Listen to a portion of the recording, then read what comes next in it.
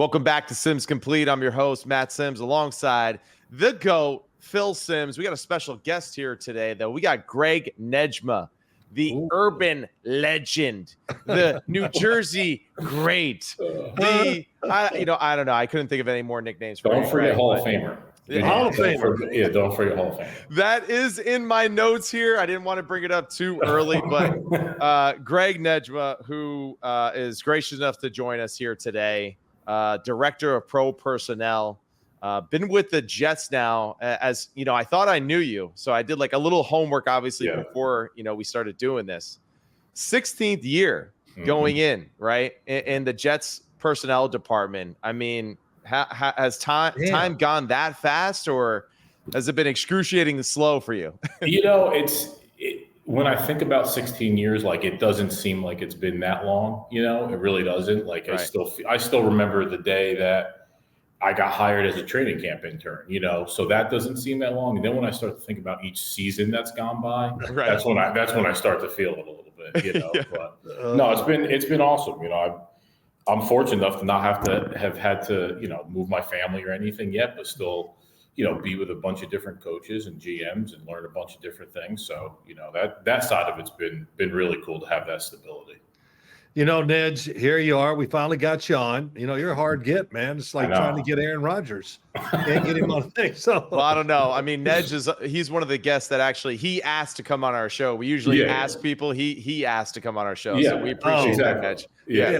We got a lot of them lined up now. But Nedge, how about this? Doing this, you got to be a pro. So what would you say to Matt? Have you ever heard of sunscreen, son? I know, really. I mean, come on. He's trying to be as tan as I am. That's what he's trying to work. Do. Yeah, it's not part of my DNA, man. It really isn't. You're tan. You said that before we went on, you were saying that this is your base coat that you have before you get to the actual camp season. So I can only imagine what you like after camp. I'm getting ready for camp right now. That's right. Matt, first and foremost, the number one thing about Nedge, Greg Nedge, but we call him Nedge. How's the arm? It's good. It's good. I don't throw at the workouts or practice anymore. I feel like anything 15 and in, I'm good, Okay. But I don't really want to press it too much after that. You don't throw for any of the workouts anymore? No, not anymore. When did you finally relieve yourself of that duty of being the workout thrower? I would say probably about 5 or 6 years ago. It's been that long. Yeah, wow. I was like, no, I have to really pay attention to this workout now, is what I told people. But the reality was it just hurt me so much to do it. Yeah. And I felt it starting to go, and I was like, I'm not exposing myself anymore. So that's right. I just like, no, I gotta sit back and watch this workout. Hey, so Matt, I don't know. It would seem like just maybe 2 years ago that you sent me, when he throws for the workouts, he films himself. Oh, yeah. And he sends it to me. How does it look? And I would make corrections and tell him what he did right, wrong. And he goes, "Oh yeah, I think you're right," or whatever. Listen, if I'm throwing, I'm gonna have somebody take a little video of me just so I can see how it looks. That's what's interesting too, because I would say that the videos that I received from you, Greg, in the past 2 or 3 years have more so been like down the shore, and you're throwing to somebody driving across on a jet ski. Yeah. So those are the reps that I get, Phill. I don't get the actual. Team reps. I get the party reps. Well, listen, I wanted the best coaching to go to your dad. That hurts, man. Well, listen, just for everybody. So, what was the first year you lived by us, or you grew up by us in Midland Park? We're in Franklin Lakes, not far at all. How old were you when you came over for the first time to throw? I think I was going into my junior year, so in between my sophomore and junior year of high school. Okay. I think we went over to Ramapo and threw once. Right. And then from there we kind of kept going a little bit that year, and then did it even more going into my senior year. And that was really, the second year was really when I felt like a huge difference in what we were working on and everything, but yeah, it was, look, I wouldn't be in the Hall of Fame without you guys. Just for a quick background too, for everyone listening right now, because we're all thick as thieves as far as how far we go back with the game of football and all the stories that we could share with each other. But for the general fans out there, Greg Nejmeh was the starting quarterback for the Midland Park Panthers, 3-year starter. Yeah.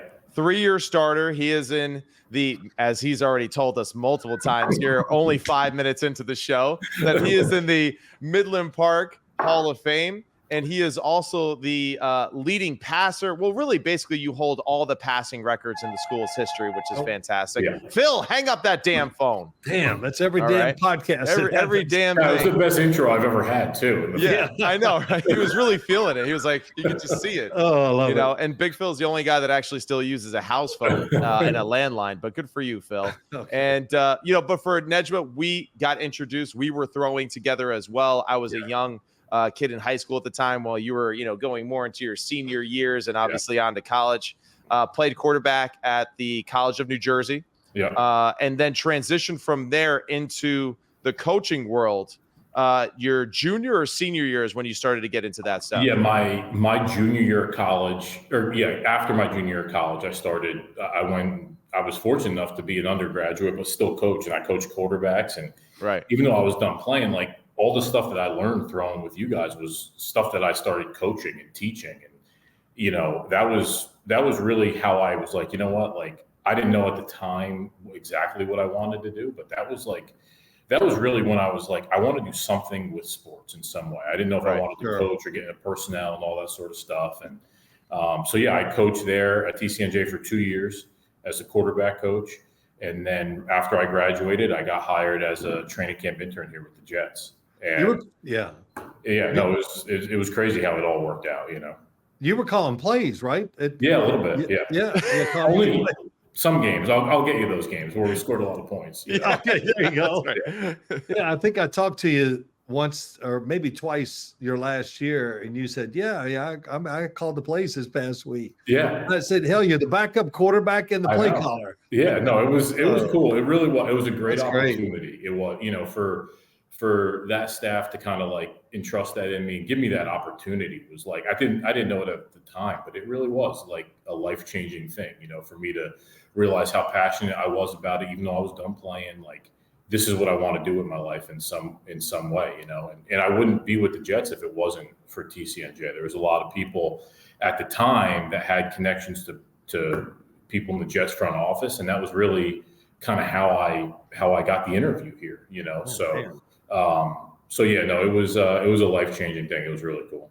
That's great too. And I love it because, I'm sure your coaches too, they weren't sure if you were 21 years old or if you were 45 years old. Yeah. Because even when I first met you back in high school, back in the day, you were what we would call a grown ass man already, right. Yeah, that's true.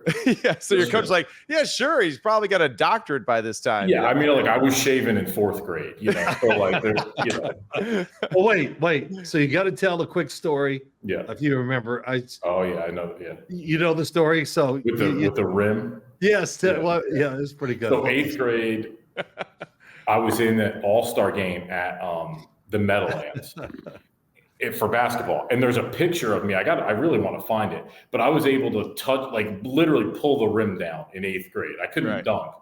And I tell people I'm 5'10". That's really not accurate. But so that was 8th grade. By 9th grade, I could barely touch the net. Like, I don't know what happened in that 1 year, but that was like the pinnacle of my physical ability with basketball. So that was when I focused on throwing football. So you went from touching the rim in the 8th grade to barely getting the net at 9th. Yep. So that means your mom was a really good cook. Yeah, exactly. And the height stopped. That's a nice way to say it. Yeah. The height stopped there, and everything else kept growing. So. Oh, that's great. So, too, there's so many things to talk about and whatever, but one I'll bring up real quick, and I know you follow kind of like we do, Matt and I, of course, during the off season in football, we have all the time we want. We don't have like jobs like you have to do, but the quarterbacks, to have 6 quarterbacks drafted in the first round this year. I'm sure even though you guys were not in the, wanting to draft a quarterback high or anything like that, just give us your thoughts. Was it one of the best classes you've ever seen, or is it? Where does it fall? I think it was a strong class overall. I think the interesting thing about it was each of the quarterbacks really was a different flavor, a different type of talent, a different scheme fit. And, I think that was one of the reasons why that many went in the first round, because there was a lot of different fits for certain coaches that liked a certain skill set and that sort of stuff. So I think it was probably one of the more like versatile classes in terms of different skill sets and everything, because the talent is what it is, but at the end of the day, like the coach and the play call, like they have to believe that guy's going to be a great fit in their scheme. And I think you saw that with a lot of the guys that ended up going in the first round, Right. I think it was a really good class. I think it was deep, throughout really. And I was a little surprised that 6 went in the first round, but when you think about it and you think about, okay, that's a great fit there, that's a great fit there, it makes sense. It really does. Well, I think the two, one, Bo Nix was last. Of course, I always thought he was the perfect fit for Sean Payton. Mm-hmm. But I think the other one, Michael Penix, that Atlanta saw him work out and went, oh my God. Yeah. And so those two, maybe this probably surprises, if you want to call it that. And I think that's the reason why. Yeah. One was a fit. The other one just blew him away with pure talent of throwing the football. Yeah, absolutely. Right. Yeah. There's a lot of talented throwers.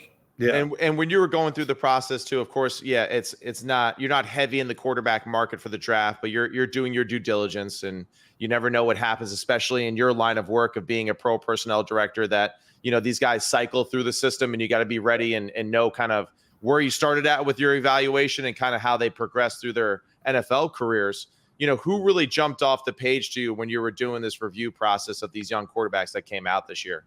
Yeah, I mean, I think, you always have to, whether you're in the market or not, you always have to watch quarterbacks, because each year you have to be able to compare one guy to the next. And, Right. Whether it's a comp in terms of how they remind you of how they play or just what you think the value is and that sort of stuff. So, like, I think it's important to do that work every year, whether you're in the market or not, really. But, I thought that, like, the two guys that went at the top of the draft, they just in terms of physical talent, like they were really unique, in terms of their, not just their athletic ability, their ability to throw, their ability to make plays, like the combination of what both of those guys had. And they're actually, when you really study them, they're actually very different in how they play and how they make plays, but they're rare, like ability to throw the football, ability to make plays both from the pocket and off schedule. And then their athletic ability, like I think the athletic ability is such an important aspect in the NFL today. And both of them have it. Like, Jaden Daniels is obviously, explosive and can run and is fast. And Caleb is really elusive and can extend plays, but doesn't, he may make more plays throwing the football, and he kind of moves around to throw the ball downfield. And Jaden can do both, but they're just really effective at it. I was really impressed watching both of those guys in terms of their physical ability. I thought the rest of the guys that went, like, it didn't shock me where any of them went in terms of what their Right. talent was, between, Drake and Penix and Bo Nick and all the guys that ended up going. Those two to me kind of stood out as like they were unique level in terms of their physical ability. Yeah, I'm always kind of interested to see after that first group of people go, the draft now, it's either you're going to be drafted high or you got to sit at home and wait, because there's going to be a big gap there. And I was always wondering, which guys are going to go, where was Joe Milton going to go? Mm-hmm. But you guys, you picked up a quarterback in, I think, the 5th round, right? 5th, yeah. And, we took Jordan Travis, who we're obviously really excited about. He, Jordan's got a lot of upside. He's got a lot of ability. He's a phenomenal person, and what he did with the Florida State program, I think, speaks volumes to him and his character. And we spent a lot of time with him, and we just we felt like there's so much there to work with him, and it's a great room to bring him in, obviously with Aaron and Tyrod and those guys and the coaching that he'll get here. So we were really excited about him. Like I said, there was depth throughout. You mentioned a couple of the guys. There was guys that went in those 5th, 6th, 7th rounds that were still really good players. But Jordan was a guy that that we kind of had targeted. We thought would be a really good fit for us, and a really good fit for the room. Yeah, just real quick, just how is he doing? I said this to Matt. If Jordan Travis, I watched him and studied him too, but I said, man, if he'd stayed healthy, I think they could have won the national championship. Yeah. I mean, look, he's what he did for that program. Like you saw it with when he came out of the lineup and that sort of stuff. So, he's working really hard in terms of his, where he's at with his rehab and all that sort of stuff, and he's wired the right way. I mean, he is he's got a lot of presence to him, and he works his ass off. And we're really excited about how he can develop in this program. And you said something I think that is so important too. I mean, honestly, just being in that room with Tyrod Taylor, with Aaron Rodgers. I mean, talk about two pros that have been doing it a very long time at a very high level. I mean, it's just going to be an outstanding experience for him and just like with you talking about with Big Phill and just the throwing aspect from year 1 to year 2, I think you're going to see a huge jump for him individually. I just want to go back really quickly with the draft. Something that Big Phill and I discussed multiple times throughout this draft process was, the JJ McCarthy hype, kind of how it built up as the draft process went along. And, we always kind of came back to that same discussion of we thought that the focus of the team wasn't necessarily around him as like the pure drop back passer like some of the other guys. And that's why we valued those guys maybe a little bit more. Yeah. When you're going through that evaluation process, he's coached by a former pro football coach. They have a great program. They know what they're doing. Does his lack of just drop back and throwing it and have the team on his back consistently come up in discussions in your draft rooms when you're looking at the players? Yeah, I think it does come up. I think the way I look at it at least is and this is honestly one thing that I remember we've talked about before, it's sometimes harder to play that way. Your margin for error, if you're throwing it 20, 25 times a game, is much smaller than somebody who's throwing it 45, 50 times a game. Right. So certain things will get magnified if you miss a throw or you throw an interception or whatever the case is. So, I think it kind of cuts both ways, really. They obviously, they won the national championship. So they had a great formula for how they wanted to have success. And, he was still a really big part of that, regardless of how many times he threw it. So, right. But yeah, I think there's some guys that throw the ball 40, 50 times a game and they'll miss 3, 4, 5 throws or throw an interception or two, but they'll make all these other throws that catch your attention. It's just a much smaller sample size. So I think guys like that, it tends to get magnified a little bit when they miss a throw or two. Yeah, not to really get into it too much, but JJ McCarthy, there was 2 games. I can't remember. One of them was Iowa, maybe in the championship game. Yeah. But they threw the ball to win. Yeah. And I remember watching both games just writing, where he got a high number of throws and he really played well. And that kind of changed a lot of thoughts I had on him, when I saw those. So, for sure. But you're right. I always said this about Dan Marino, playing against him, watching him play. He could miss plays and he'd look at the sideline, go, that's a stupid call. Tell him to catch or whatever. It's, Dan never lost that I'm invincible feeling on the field because he knew what are they going to do the next play? They're going to throw it again. Right. And, so if he was out of rhythm, he just keeps throwing until he got back in rhythm. And it's, I really do believe that's almost easier, like you said, way to play quarterback than the other way, which you explained very well. Yeah, for sure. All right, now this offseason, big moves for you, and really, a big offseason for you personally, right? Being a part of that personnel department and going through the free agency process as a team. I think we're all kind of seeing too behind the curtain a little bit with Hard Knocks and the Giants and Joe Shane, what they're going through, and I'm sure obviously you guys are doing that exact same thing.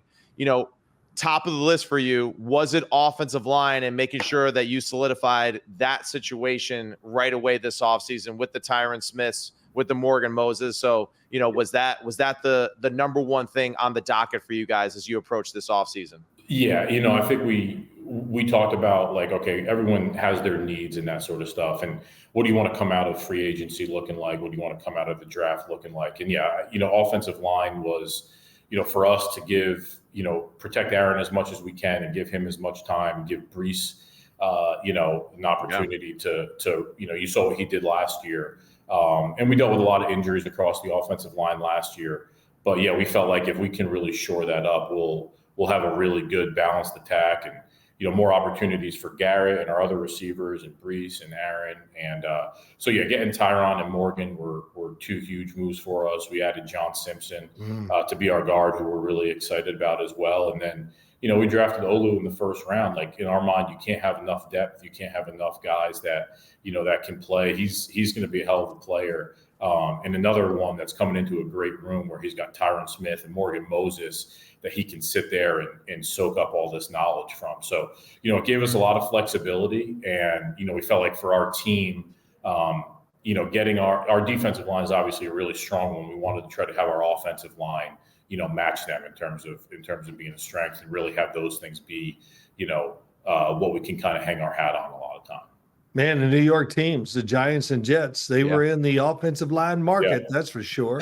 And, listen, I watched them all, and I think both teams, I think they're home runs. I really do. You guys, when you look at your offensive line, if Morgan Moses comes through, that will kind of change your team a little bit, right, on the right tackle? Yeah. Morgan, we had Morgan here a couple of years ago. He was awesome. He's right. He's a hell of a player, a hell of a leader. And so getting him back was huge for us. And, Elijah Vera Tucker, who we think the world of now, can, we've moved him around a bunch now, hopefully he can settle in at guard and really solidify the interior. With Joe Tippmann, who we thought had a really good rookie year for us last year. Right. Like I said, signed John Simpson, Tyron Smith. And, it allowed us to have flexibility, and allowed us to, to really feel like, all right, we got some guys that have played at a high level. And it's such an important position because there's not many of them that go around, especially when you get into the season. Right. And so having as much depth and as much versatility as we can, was really important for us. See if I'm saying it right. Olu Fashanu? Yep, you got it. Oh, wow. Okay. Yep. I mean, boy, there were some tough names in the draft this past year. But I wrote some things down. He's a prototype looking, that's for sure. And he's going to grow in and be a bigger man than he is right now, it looks like. But a really good athlete. I think that was the one thing. Man, he can run. We're talking about he was 6'6", 312. Yeah. I mean, like, damn, Matt, he's running around like thinks he's a tight end. Running it. It's amazing the ability of so many of these big guys athletically, and he's one. And he was a 2-year starter. Just give us a quick thumbnail sketch on him. Yeah, I mean, he's in terms of natural, like, left tackle pass protectors, like, he is so natural at it. He can bend, he can anchor, he's really strong. In the run game, the way they kind of ask him to play is a little different than some other teams, but he has that ability, especially when you see enough flashes of it with him. And he's extremely smart. He loves football, and he's wired the right way. So for us, that was really important, especially along the offensive line. You bring in a guy like Tyron and a guy like Morgan, who they know how to play. Like, this guy's going to just latch on to them, really. And he's a really talented player. We're really excited to get him. And he was one of those guys who probably, for whatever reason, leading up to the draft, wasn't talked about a ton. I think he's just so steady and so consistent that there's not a whole lot to discuss on him sometimes. So we're really excited about him. And then the other thing that really, has popped up, at least as we've watched Hard Knocks this offseason, was really the disappointment for, Joe Shane and those guys, and not getting Tyrod Taylor back, someone that they thought very highly of. They were really excited about him. They thought he was a great backup quarterback and someone that can win them a lot of games. Where was Tyrod as far as that list goes for high priority quarterbacks that you were looking at that offseason? And how excited were you guys that you landed such a steadfast football player for that quarterback room? Yeah, I mean, I've had so much respect for Tyrod and his career over the years, like, just following him throughout. Everywhere he's gone, he's played well. He's given his team a chance to win. And he's such a all the work we did on him, like, he's such a great teammate and works so hard. It was such a great fit for us. So, for us, it was offensive line, and then really getting a guy that, if we needed to ever play with our backup quarterback again, we feel like with our defense and our offensive line, we can do that, and we can still give ourselves a chance to win a lot of games. So we were really excited about getting Tyrod. Nothing like having a backup quarterback who's not going to create waves and knows how to be a backup and all that. That's Tyrod. Hey, real quick, just Malachi Corley, Western Kentucky. Very impressed watching him. At first I was like, oh, let me see. And as I watched all the catches and the runs and the toughness and the size, I mean, man, he's made for the NFL. Yeah, he's a tank. I mean, he just runs through people. He's a tank. He not often hear that about receivers. He hates being tackled, and he was a guy that, like, when you watch them, they just try to get him the ball because obviously he's the best player on their team, and he made so many plays for them. And you watch him against Ohio State even, and he still made plays. So even though it was a lower level competition when he went against those guys, he still did a really good job. And we felt like with him and Garrett signing Mike Williams, we have Alan Lazard. That was a really good mix of guys, and he's different than any other guy that we have. And really could be another type of guy that you just try to get him the ball and let his talent take over, and he can develop and continue to develop like more of his nuanced receiving skills as he develops. But in the meantime, there's a clear role for him. And when I see him, the comp that I see is kind of like a Deebo Samuel-like football player. Who was your NFL comp as you were watching his film? Yeah, I think that was a fair one. Deebo's a hell of a player, so I don't want to necessarily say no. I know it's a lot. But no, in terms of the skill set, they get the ball in space, they have great vision, they can run through tacklers, they get hard yards and all that sort of stuff. And they're really competitive and they make contested catches and all that. The role that Deebo's carved out for himself is such an important one for them. It was very similar how Western Kentucky used Malachi too. So, I do think that's a fair, at least in terms of how they were used and how you hopefully see him progressing. 5'11", 215 is a pretty stocky wide receiver, Matt. Yeah, and sounds like Greg Nejmeh's freshman year. That's what I was listed at in high school. In high school, you're listed at 5'11". Somewhere that was coming back. Somehow the pro personnel guy who was better at cheating, his height, as far as records goes. Now he's making sure he's checking everybody's height. Exactly. Oh my gosh, I don't. Excuse me. So Greg, year 16. 5 years now, or your 5th year, as the director of pro personnel. How much through the years has your view changed or your process changed with how you evaluate players or how you go about, searching for new players through every draft or every free agency? Yeah, that's a great question. I mean, honestly, I try to look at it every year, really. And I say, all right, the guys that I liked, how did they do? Whether it be in the draft or whether it be free agency. And are there parts of it that I maybe missed on? Not just with our own guys that we've acquired, but anyone around the league. And part of it is your process, how you scout, when you have these meetings, when you have these discussions. So that's some of it. But really, it's constantly knowing the league as well, because the league's ever evolving. And so your way of evaluating, you're just looking at these trades and this sort of stuff. If each year, things are evolving and changing around the league. So I think you have to move along with it too. And so every year I try to look at it and I try to just take a step back and say, all right, the guys that I've watched, that I've liked, how have they done? Was I wrong about certain aspects of them? Does this certain player have more value than I initially thought because of how teams are using guys now and everything? And that's on both sides of the ball, offense, defense. It's there's new roles and new types of players that are being used every year, really. So I evaluate it all the time. I constantly tweak even just simple things, how I take notes, when I watch guys, how I pick certain games.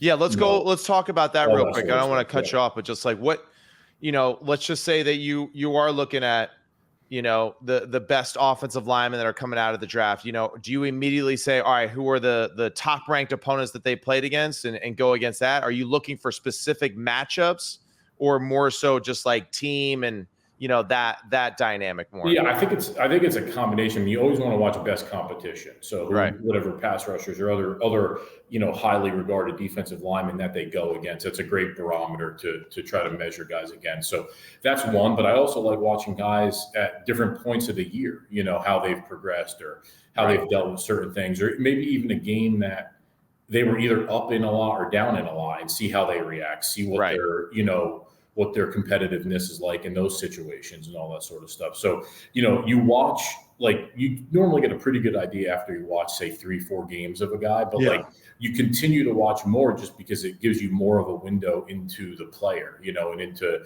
how they compete and how they match up. So I always try to get the first 4 or 5 games done out of the way. And then I pick and choose a couple here and there. And then I'll even go back and watch 1 or 2 that I hadn't watched, and just, if it continues to verify everything that you've seen, great. But the more you don't want to get too lost in it, right? You want to have your opinion and your thought on things. So you don't want to lose your clarity when you're evaluating players. Right. But it's the more that you can watch, the more that it allows you to to be able to have a greater perspective on what that player's entire season looked like. And just to follow up really quickly, Big Guy, I apologize. That's all right. No. Will you discuss, because I know you and I, right, when I was with the Jets, we had great discussions about guys that were on the team, guys that we played against. Even when I moved on to Buffalo and Atlanta, we always had those conversations of like, hey, what do you think about this player? What do you think about this team? How often do you find yourself now going and talking to, a rookie or a second-year player and saying, hey, like, I saw you played against this guy in the draft coming out this year. What did you think about him in preparing? Yeah, we, especially if it's guys that they've played with in college or played against, we always try to pick their brain. Absolutely. And even, guys that, even if they just crossed over with a guy here and there, like, how was he? Did he work hard? Was he a good teammate? Does he love football? Like, those things are, to me are really important. So yeah, I still, I don't do it with everybody because obviously they have to kind of get to know you and you get to know them a little bit. But when you develop that relationship with them, like it's invaluable finding out what other players think of guys that they've played with or played against. I think it gives a really like a layer that you're not going to get off film a lot of the time. Right. So yeah, I still do that to this day. We do it not only with how they play on the field, but also like, how are they as a teammate? How are they, how do they work? Are they going to fit into our culture and what we're trying to do? All that sort of stuff. Guys will be honest with you because they want, at the end of the day, all players want is other good players around them. Really. No doubt. They want to win. Yeah. They're going to be honest with you. Yeah, absolutely. It's really, I do a lot of this because, I'm bored during the off season, but watching, it doesn't matter if it's defensive ends or whatever, but linemen, when they face the really good pass rushers in college, I just can't wait to see those matchups and everything. Yeah. And a lot of times as you watch them, they hold true in their matchups in the pro game too. I mean, I see it all the time, but you've been 16 years and just think how the NFL has changed. The game is spread out more. The receivers are ridiculous coming out in the draft now. Now linebackers are, I don't know what size. They're years ago they'd been strong safeties, but now the inside linebackers are so small. I don't know. I would say the Jets are one of the few teams though that still kind of hold true to a little bit more of an old school middle linebacker look than some other teams are going out there. Yeah, but no, you're right. I mean, the speed and the length of all these guys it's so much different than I would even say offensive linemen. I mean, yeah, they were always big, but like there weren't guys that can run and jump like a lot of the offensive linemen can, now that are coming out. So it's a whole new like level of athlete in a lot of ways, and the college game is so different now too, that I think these guys, it's also a whole new learning curve and developmental curve for them too, as gifted as they are, it's very different. Well, and quarterbacks too. Come on, it's ridiculous now. Matt's over there throwing with kids in the 7th grade, and I go over there and watch him and go, "What grade's he in? Is he like a junior in high school?" And everything is so advanced compared to many years ago. It's hard to believe. It really is. So you're right. But it's great. Yeah, I mean flag football and 7-on-7, I think, has really accelerated how the skill positions alone have played the game, and just developing that hand-eye and just playing catch more than ever, right, than the generations before that. So I think flags is a huge part of that. Yeah, absolutely. For you, Greg, just talk about your commander-in-chief, Joe Douglas. How is it working for him, and how's it been, being – obviously, in the ranks in his army here for the past few years. Yeah, I mean, Joe's awesome. I mean, he's a great person. He's a great leader. He's the type of guy that, like, when you come in each day, you want to work for him and you want to work with him. And he's really collaborative, and he's allowed not just me, but a large group of us to like really have a front row seat as to what it's kind of like when you're in that chair, Right. And he's a great football guy. He grew up obviously in the Ravens organization, right? Went to the Bears for a year and then the Eagles. So he's had success wherever he's been. And, I love picking his brain, just sitting and watching film with him. Those are some of the coolest times, that you have just talking football really. So, but he has a clear vision for how he wants it to look, what he wants the identity of the team to be. And, he's does a great job of delivering that to our group. So we really know kind of what we're looking for and what the message is. And, between him and Coach Sala, what we've been able to develop between our personnel staff and the coaching staff, I've been here for, like you guys mentioned, 16 years, like that cohesion that we have between those two groups is the best that I've been around. And that's really credit to him, to Joe, and to Coach Sala, because they've allowed us that opportunity to just like immerse ourselves with each other and know exactly what we're talking about each time. And, we speak the same language as our offensive staff and our defensive staff. And I think it just leads to great communication and ultimately great decisions. Well, in case people out there don't know Joe Douglas, I'll just phrase it this way. He could go out there and put his hand on the ground and protect the quarterback. He's a pretty big dude. I mean, that's the first thing I see. I've met him only a few times. I meet him, I go, damn, he's thick. Oh, shoot. I forgot my question I was even going to ask you. So here's the other. So we talked a lot about quarterbacks, and we think we judge them and we kind of know and all that. You're in that category too. You do it. So tell me the first or second time after a couple days when you went out on the practice field, and I know you were watching Aaron Rodgers. Mm-hmm. And so what was your first initial in-person thought about watching him throw the ball? I mean, I've seen a lot of what I think are really good throwers over the years, not just in practice with us, at other games. We've played against all these guys, the first time that when you watch him just in warm-ups and it's like, that's ridiculous. Like the ball, like the noise that the ball makes, you're like, what is that? And then you're watching him just move around and he's not even set. There's nothing, and it's crazy. And then when we started getting into practice and you see him like let go of these throws, I always thought, okay, this is elite level arm talent, or this is when I've seen other guys. Like now I've seen him, I know what really truly rare generational arm talent looks like. I've never seen anything like it before. Has seeing him now skewed the way that you evaluate these young quarterbacks coming out of the draft? Well, look, like you have to realize, like between him and Mahomes and some of these other guys, like not everybody can do those things. It doesn't mean they're not going to be really good players. Yeah. So it's really hard to judge guys against generational like physical talents, Yeah. So, but yeah, look, if you love quarterbacks and you love guys throwing a football, like I could watch him throw all day. It's incredible. When you got long arms and the hands the size of two humans, it makes it easier to throw the football. Listen, I was up in Green Bay. It was his third year at their training camp. And I'm talking to Ted Thompson, who was the general manager, or whatever they call him up in Green Bay. And I remember going, wow, what a throw by Brett Favre. And then I went, oh my God, that's Aaron Rodgers. Yeah. And it was just amazing, and of course, we all of us know that he changed so much from college. Jeff Tepford was his coach, who just resigned because of health reasons out of Fresno State, but taught him to hold the ball different, do it a little different and all that. And then he just turned into a different guy, and did it his way. And man, I went over and threw with a couple young kids the other night, and I took pictures of Aaron Rodgers, Tom Brady, like 4 different quarterbacks, and showed them. I said, everything I've been telling you, look what they're doing.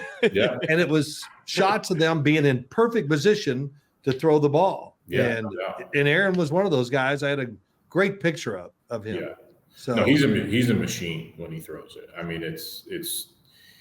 It's incredible to watch. It really is. Yeah, and Tyrod, he can spin it now too. Oh, yeah. So both of them in the room, that's another thing too. Just good for Jordan Travis, man. Like if you can improve your throwing mechanics by being around those two guys, it's not a good combination. Like you gotta learn something from those two cats in the way that they throw the ball. Yeah. Oh, come on. Jordan Travis is going, what the hell? Yeah, no doubt. No doubt. The first couple of days, he's got to be, wow, this is different.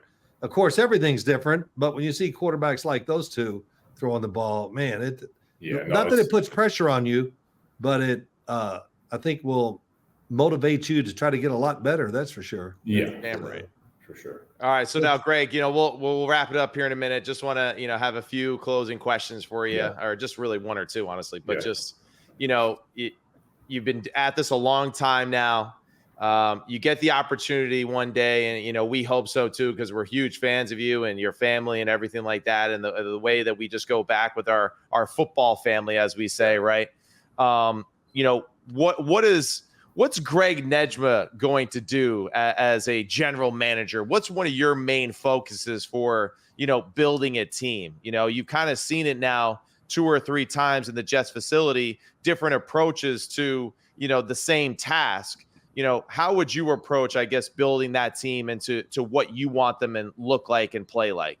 Yeah, I mean, I think like if you're ever given that opportunity, if I'm ever fortunate enough to have that, like each situation, you will, brother, you will, is obviously going to be a little different, right? So you have to kind of like gear it towards whatever situation you're going into to an extent. But I think at the end of the day, like the things that win in the NFL are scoring points and rushing the passer, and like if you leave it to those 2 things, to having a quarterback, weapons, and someone that can protect them, and then if you get a lead, you can rush the passer and really kind of disrupt things a lot for them. Like you're going to have a chance in a lot of games. And so I think the way the rules are, the way a lot of things are set up now, like just trying to be elite in those 2 areas, scoring points and rushing the passer, like you're going to have a chance. I think to win a lot of games. I think the most important thing though is like, whatever the identity is that you want your team to look like, is to stick to it and to just have a discipline to how you want it to look, and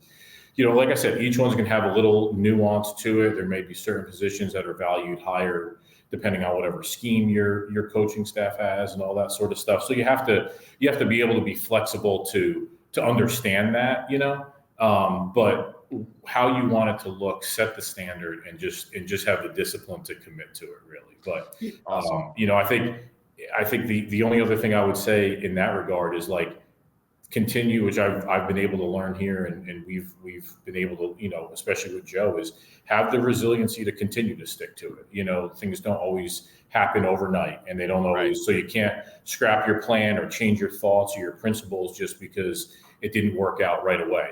Try to learn from it where you can, but stick to the main theme and keep the main thing the main thing. Ned's really well said. Bill Parcells, who I still talk to this day, but he believed in this. He had what he wanted his players to look like, prototypes, I guess you would say. And then he made 1 or 2 exceptions. And somebody said something to him about a player one time. He goes, if you start taking, next thing you know, you got a team full of exceptions. Right. And so he would sometimes in the draft, or, I'd hear the stories. It was this guy, and they couldn't make their mind up. And he'd say, take the bigger one. That was it. Yeah. Let's just take the bigger one. Sure. And of course, that was the style of the league. And maybe it's not the same now, but it's a great thought. You just can't, you got to have like you said, the overall look of your team. Yeah. I mean, I look at the Baltimore Ravens. Yeah. I just think one thing when I see them. They're always big, physical. Yeah, no doubt. No doubt. And I think, really a cool thing too, that even just talking with you, Nedge, and even the discussions that I've had with Big Phill before this, Big Phill shares the story about, one of the drafts there late in the 80s. They got a great defense, and he's thinking, all right, they're gonna start drafting some offensive players. And sure enough, he checks it out. And what they draft, like 6 defensive players in a row? We had 6 picks in the first 3 rounds. And I was down we were away for a few days. Yeah. You were with us. Well, let's see. I don't know. You might not have been there. I don't know. I don't know how, whatever. I was in the waiting room. Yeah. You might have been in the waiting room. Yeah, whatever. But I kept going, okay, the 2 first rounders. All right, defense, it's okay. We got 3 or 2 second rounders. Oh, more defensive players. I left. And then I came back, to see the final, what happened, and all 6 were defensive players. And quite honestly, thank God, Ned's, because we won the Super Bowl. Yeah, no doubt. Yeah, it worked out well. But I like that correlation because here, Greg, Joe, Douglas, the boys, they wanted to improve the offensive line. The draft came along, had another great offensive line still on the board. They took it. They doubled down on that position. And I think that's something that's, obviously going to pay huge dividends for you guys down the road. Yeah, no doubt. So. Well, Gregory, we really appreciate your time today. Appreciate you guys, man. You the man. Who the hell keeps walking by your everybody? Your I'm in this conference room with the windows, so everybody keeps walking by trying to get my attention. Yes. All right. Everyone's just trying to get distracted. We know Ryan Darcy's out there. Oh, Darcy's in there. His calves are out there. Yeah. Oh my God. Yeah. I mean, if anyone's ever seen Ryan Darcy's calves, man, he's got He-Man calves. It's unbelievable. Yeah, it's ridiculous. But well, maybe he can touch the net then. Yeah, he might be. He might have the same problem as Greg, actually. He might have touched it in 8th grade. That was it. But I tell you, Greg, we really appreciate your time, man. Appreciate you guys. We'll definitely have you back on if you're willing. I'm willing. During the regular season or maybe right after the season, just to kind of touch base and see how you guys are doing, man. It was awesome. I appreciate you guys. The Hall of Famer. Here we go. The Hall of Famer. One of the original Phill Simms students. One of the OG Sims Complete QBs right there. Yeah. And maybe next time we do the podcast too, I'll share a story about Nedge trying to give me a pep talk at the field at Bosco and what I had to say for him after that. So that was great. Yeah, was so good. You know what? We're just gonna leave that teaser for next time. Because I don't want to get canceled. Not yet. There's so many stories. I didn't even get to any of them really. So that's all right. We'll do it next time. This one was just hey, Jets, you're the man. Give everyone an understanding of our background. Yeah. We'll get to more of the other stuff here at another time. All right. Well, I appreciate it, Nedge. Thank you so much, man. Guys. Thank you. Thank you, bud. All right. Good luck this year, brother. Have a good one. Appreciate it. One.